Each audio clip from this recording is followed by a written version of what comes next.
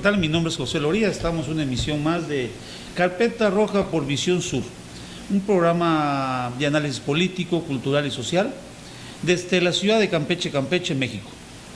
Pues hoy tenemos varios temas, queremos abarcar uno de los temas principales de hoy es la renuncia del dirigente del PRI, Mario Fabio Beltrones. Y como siempre, hoy tengo a mi lado la grata compañía del director general de Visión Sur, el licenciado Juan Manuel Herrera del Real. Mucho gusto, José. Un apellido ilustre.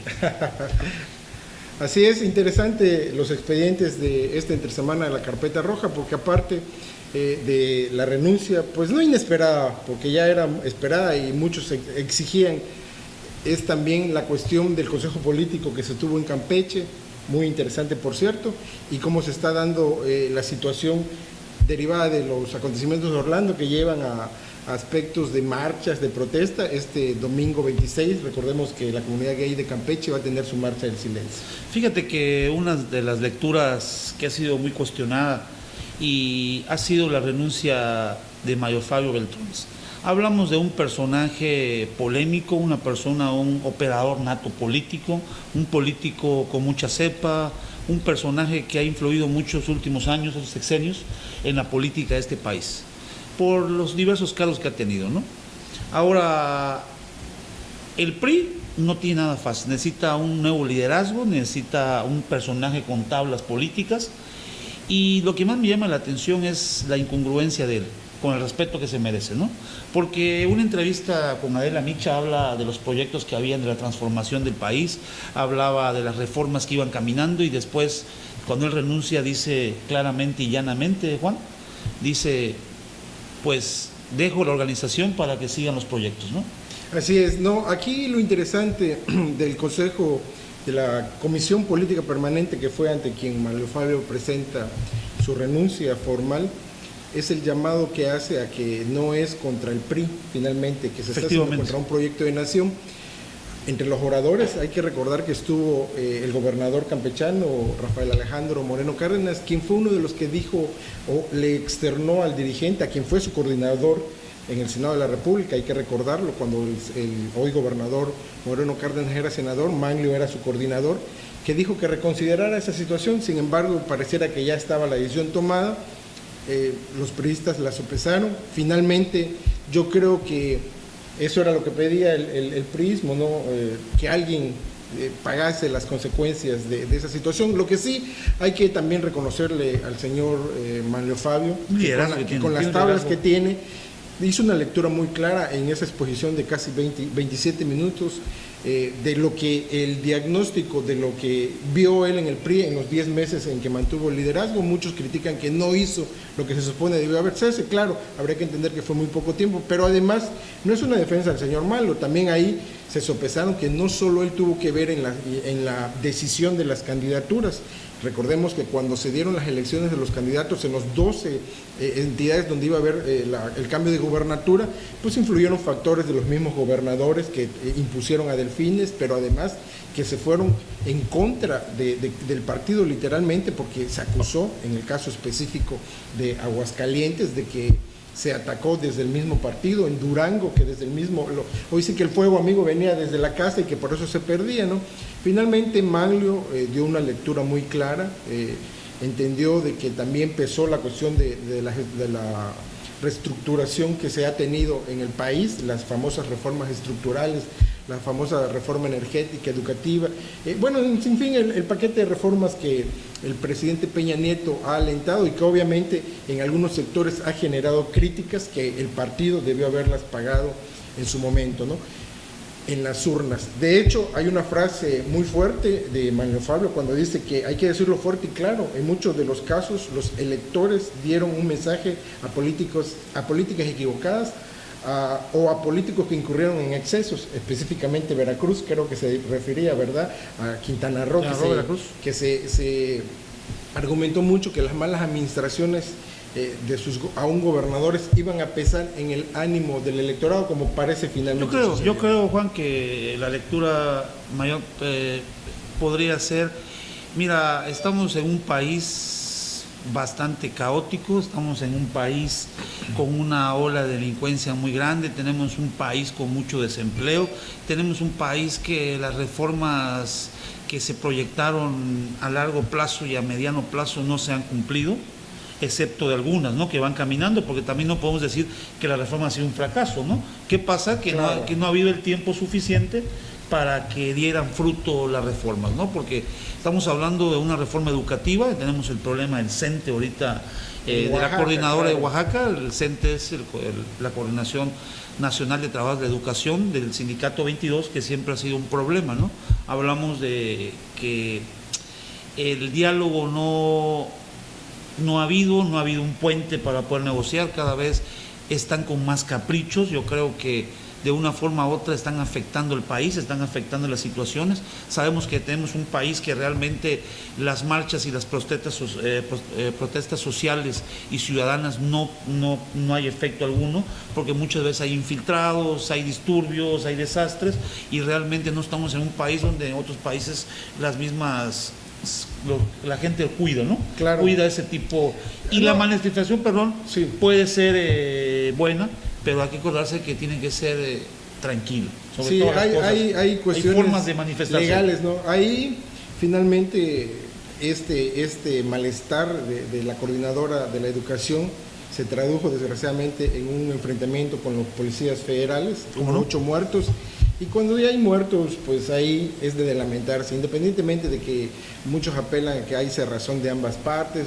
Finalmente, yo creo que el secretario de Educación, Nuño, ha actuado congruente a su forma de ser, pero además a defender lo que en teoría es una ley ya. Finalmente, claro, guste o no, la reforma educativa ya está concretada, ya es una ley, pero además ya se ha aplicado con éxito en los demás estados. En el caso específico de Campeche, aquí solo fueron 6 maestros los que se opusieron de 11,000. Sí, y aparte de los maestros, como dices tú, Juan, esto es para un beneficio para la persona que tiene la educación en este país, porque sabemos que en este país tenemos un alto índice de analfabetismo. Tenemos que los maestros tienen que realmente ellos ser más estudiados, la proyección que van a tener en la educación, ¿no?, mejor preparados. Y yo creo que eso es una de las cosas, Juan, que ellos han estado peleando, ¿no? Porque ellos están acostumbrados a hacer, deshacer, y sabemos que son los que menos trabajan, Juan, y los que más cobran. Y de hecho llama la atención esta situación porque en lo que fue el Consejo Político del PRI, obviamente tras el presidente Ernesto Castillo iba o se esperaba el anuncio o algún anuncio importante del primer priista del estado, como gustan de llamar al gobernador los partidarios tricolores. Finalmente se da, fue muy contundente en su actuar, reconoce finalmente a Alejandro Moreno con todas las tablas políticas que mantiene, pese a su juventud. Digo juventud porque apenas tiene 41 años comparado con otros políticos que llegan a cargos de esa investidura a los 60, 70 años, pues es un político relativamente joven.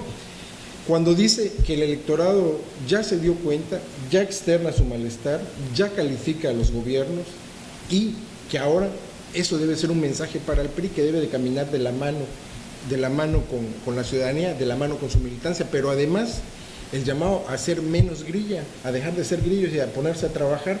Yo creo que ya se notó, o por lo menos en varias secretarías y en varias delegaciones, ese llamado ya caló, ¿verdad? Porque Campeche no está a la vuelta de ningún proceso electoral y aquí el gobernador lo que está exigiendo es resultados. Y como ya vimos que no le ha temblado la mano en aplicar los enroques, pues yo creo que muchos secretarios se sintieron aludidos. Ya viene su primer informe, ahora el 7 de agosto, y yo creo que vienen cambios importantes. Ya lo dijo, que quiere más trabajo, quiere más resultados.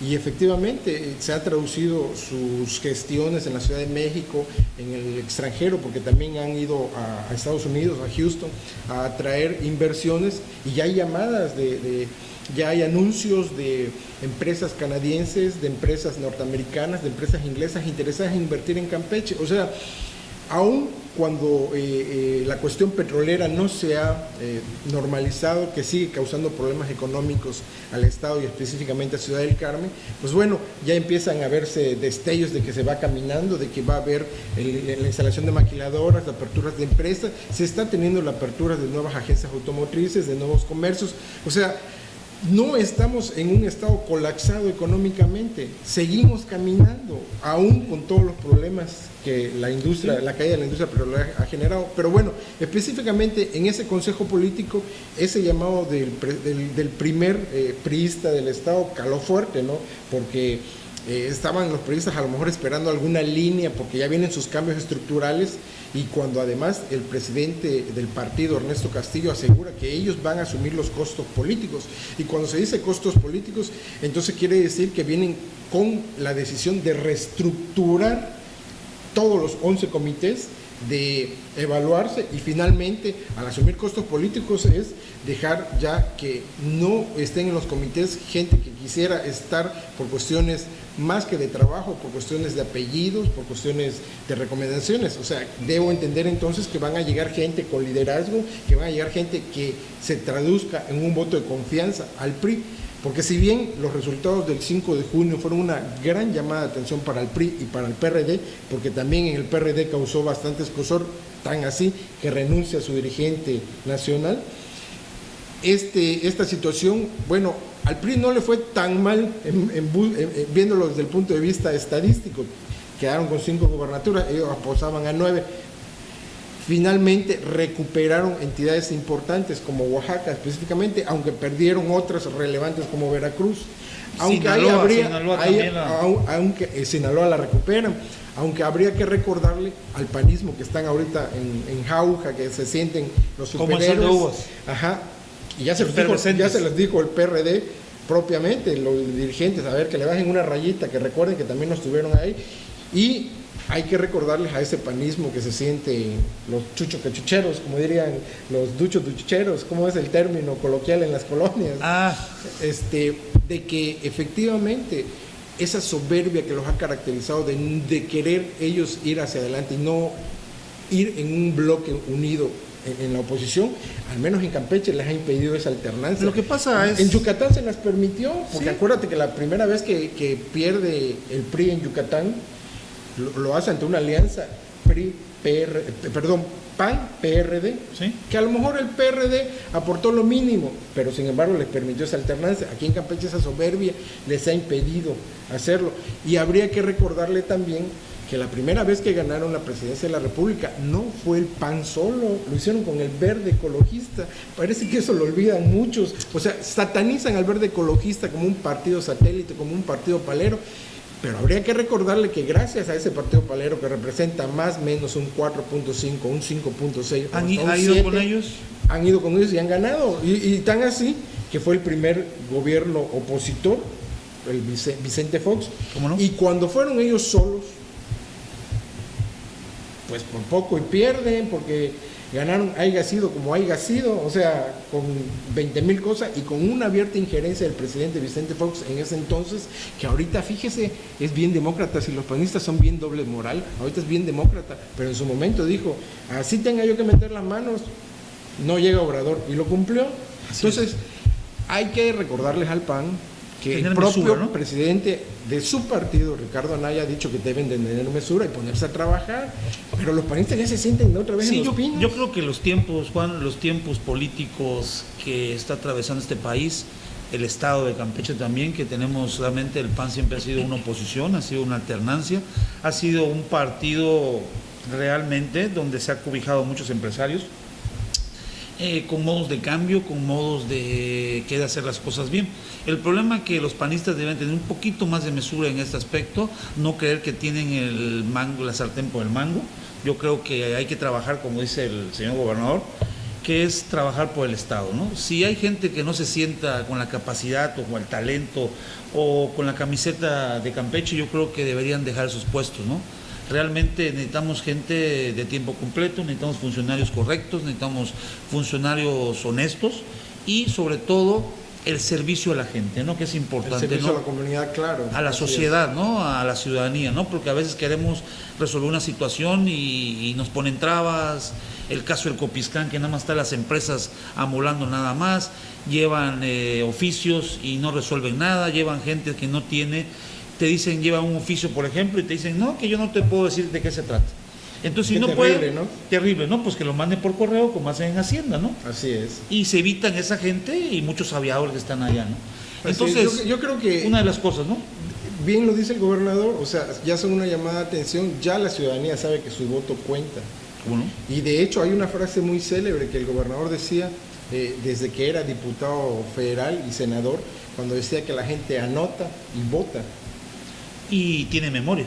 Así es. Acuérdate bien que una de las cosas que aquí Es, la gente nota, anota y vota, ¿no? vota y recuerda. O sea, reflexión muy válida. Él ya ha vivido varias elecciones. Hay que recordar que ya fue dirigente estatal del partido. A nivel nacional ocupó la tercera cartera en importancia en el CEN. Se fue secretario de organización. Y pues, ¿quién mejor que él para saber toda la cuestión organizativa? Aquí el tema central viene siendo a los partidos políticos la llamada de atención, aunque también, fíjate, la ciudadanía actuó de una manera media rara en el caso específico de los candidatos ciudadanos. Cuando se empezó a ver una efervescencia, pues como que hubo así como que el Bronco ya su Pues actuar, el Bronco pues fue un fenómeno, ¿no? Sí, fue un fenómeno, Fue un pero fenómeno. además está actuando igual o peor que sus antecesores. Ya le descubrieron que el hermano tiene un hermano incómodo, ya descubrieron que los secretarios habían estado involucrados en cosas ilícitas. Está pagando cañonazos porque le aprueben cosas en el Congreso. Entonces, dice uno, alianzas. ¿salió peor el remedio que la enfermedad? Pues es que la gente quería probar, ¿no? Es como pasó con el panismo, ¿no? Cuando siempre este país había sido priista y votaron por Vicente Fox, ¿te acuerdas? Para hacer un cambio. Todo cambio es bueno, ¿no? Porque realmente tenemos que saber que... Sí, definitivamente. En el caso específico de Vicente Fox habría que recordar la importancia de que, bueno, es cuando se dan normas de transparencia, cuando se dan cuestiones de el servicio civil de carrera, cuando empiezan a notar la importancia de que llegue a delegaciones, de que llegue a puestos clave gente que ya ha estado trabajando. O sea, no han sido tan mal cosas que el mismo PAN ha alentado, pero desgraciadamente a la hora también de las cuestiones de distribución de las cuotas también se han servido de la manera más burda, y ahí es cuando la prensa debe ser crítica. El problema en el caso específico de Campeche es cuando eres muy crítico, pues hay cosas que te matan la crítica. Una de las cosas que ha estado circulando en las redes hace unos días es de un juez, se llama Luis Lanz de Gutiérrez de Velasco, ¿no? Un personaje que es caballero de Colón, es un personaje un poco acomodado a los intereses. Habla, por ejemplo, hay muchos casos de que la vicefiscal de aquí tenía un despacho jurídico y ha estado a modo trabajando con él en varios casos, ¿no? Habla de casos de que ya han tenido un tiempo que ya no son, predice la ley, prescribe, ¿no? por ley, ¿no? por ley, y bueno, y vuelven a removerlo otra vez, ¿no? Y como eso habla también del daño moral, ¿no? De un daño moral a una empresa editorial. Habla sobre todo que ahora nosotros los periodistas, nosotros los analistas, nosotros que tenemos en esto, pues estamos expuestos a este tipo de cosas, por hablar cosas que a veces incomodan a los funcionarios, a veces incomoda a la gente, ¿no? Aquí siempre hemos hablado con un sustento, ¿no? Tenemos una base, claro, y toda crítica que hemos hecho ha sido porque se refleja, ¿no? Y para hacer un cambio, y realmente tienen que entender los funcionarios, tienen que entender los partidos políticos, que si no hay una crítica no hay un avance, ¿no? Así es, finalmente hay que reconocer que hubo avances, te decía, en las administraciones del PAN en cuanto a transparencia, en cuanto a alentar esa situación de saber en qué se gastan nuestros recursos públicos, tan así que fue cuando supimos de la compra de toallas de 3,000 pesos, ese tipo no? de excesos que se dan desde el poder. Qué bueno que el panismo permitió esa... Era un secreto a voces, pero claro. ¿qué se necesitaba la sociedad? Que hubiera una válvula de escape, y eso es lo que se está dando. Aquí, por ejemplo, cuando se dio el famoso daño moral, la instauración en la época de Jorge Salomón Azar García, dicen que esa ley tuvo destinatario a un consorcio periodístico, el que se sintió acosado y que incluso contrademandó, en fin, ya hay una historia conocida. Algo está pasando similar ahora. Habría nada más que hacer la acotación. Aquí parece que el ejercicio del juez precisamente no está para equilibrar lo que debería de ser su trabajo, equilibrar y aplicar una justicia equilibrada y mesurada. Aquí, equitativa. Aquí parece que los dados están cargados y desgraciadamente están atentando contra la libertad de expresión, porque nos enteramos que el consorcio, la editora que está siendo acusada, pues ha aportado sus elementos, ha aportado sus pruebas y no se las han querido aceptar, y este tipo de situaciones pues ya tuvo repercusiones nacionales. Ya la asociación Artículo 19 salió a decir que efectivamente hay una persecución a medios y a periodistas, y es lamentable porque, insisto, estamos en un mes que tradicionalmente se celebra el Día de la Libertad de Expresión, en donde el propio gobernador vuelve a refrendar que es hoy sí respetuoso de la crítica constructiva, de la crítica propositiva, y él dijo muy claro fue que el único exceso que iba a haber de su gobierno iba a ser el del trabajo.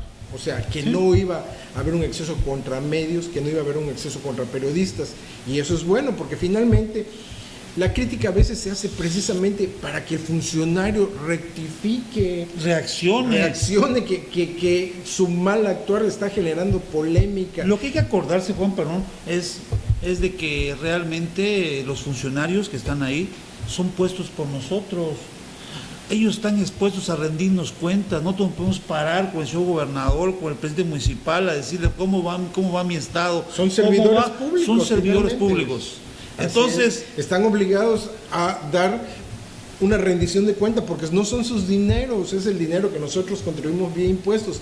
Qué lamentable el actuar del juez, porque en apariencia y con todos los argumentos que se están dando, pues parece ser que la justicia aquí está siendo ciega y selectiva. Y aquí vamos a darle un seguimiento al juez de algunos casos más adelante.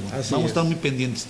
Pues hoy nos vamos a ir, como siempre, a nuestra gustada sección que mucha gente ya tenemos muchas llamadas, muchos comentarios positivos. Aquí hacemos nuevamente extensiva la invitación a todos los representantes, a sectores empresariales, cámaras, políticos, a que nos opinen, porque finalmente nos interesa la opinión de los diversos sectores sociales. Sí, vamos a tener hoy la opinión del contador y empresario Alejandro Clos Farhat, que nos va a hablar sobre la acuicultura. Así es. Este segmento es patrocinado por Restaurante La Casa del Borrego, que les espera en Avenida Obregón, frente a la gasolinera de Santa Lucía. Vamos a ver, Juan. El siguiente segmento de este programa es patrocinado por Taquería La Casa del Borrego.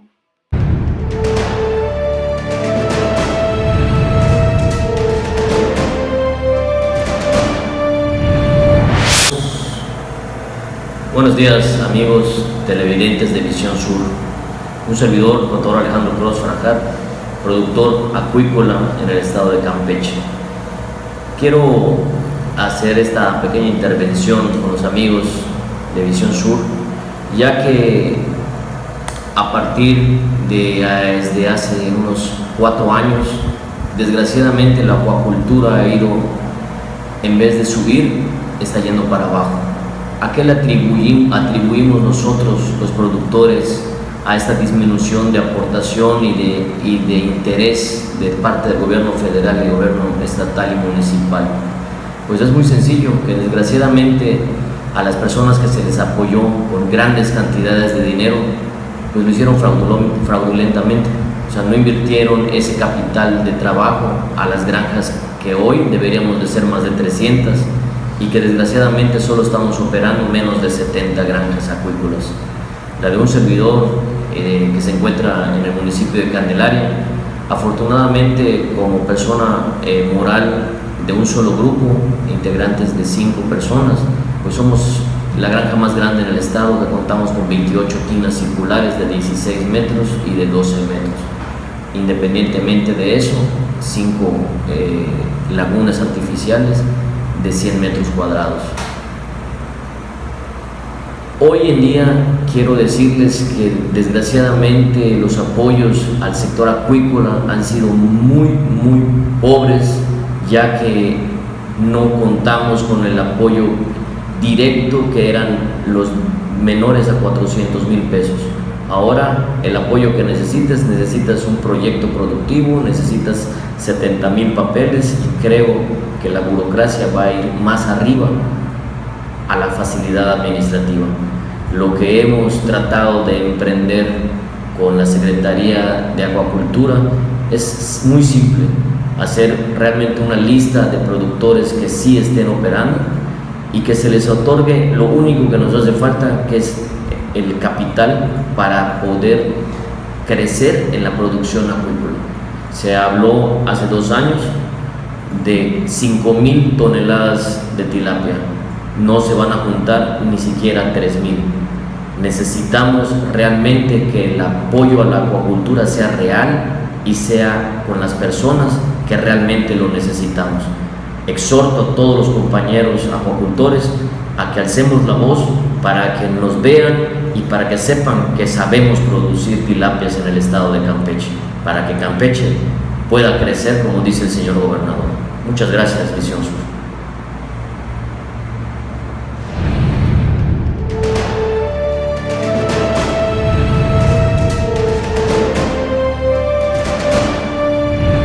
Pues muchas gracias, contador, por su opinión.